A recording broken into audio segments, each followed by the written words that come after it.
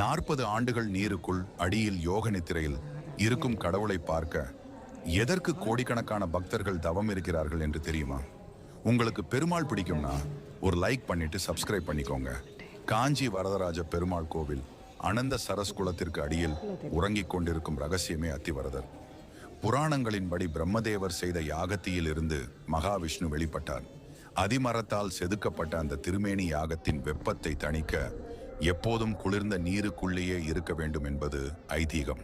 மேலும் வரலாற்று படையெடுப்புகளில் இருந்து சிலையை பாதுகாக்க நம் முன்னோர்கள் அதை ரகசியமாக வெள்ளி பேழையில் வைத்து குளத்திற்கு அடியில் மறைத்து வைத்தனர். சரியாக 40 ஆண்டுகளுக்கு ஒரு முறை மட்டுமே அந்த திருக்குளத்த நீரை இறைத்துவிட்டு அத்திவரதரை வெளியே எடுப்பார்கள். வெறும் 48 நாட்கள் மட்டுமே அவர் பக்தர்களுக்கு காட்சி தருவார். முதல் 24 நாட்கள் பள்ளி கொண்டிருக்கும் சயன கோலம், அடுத்த 24 நாட்கள்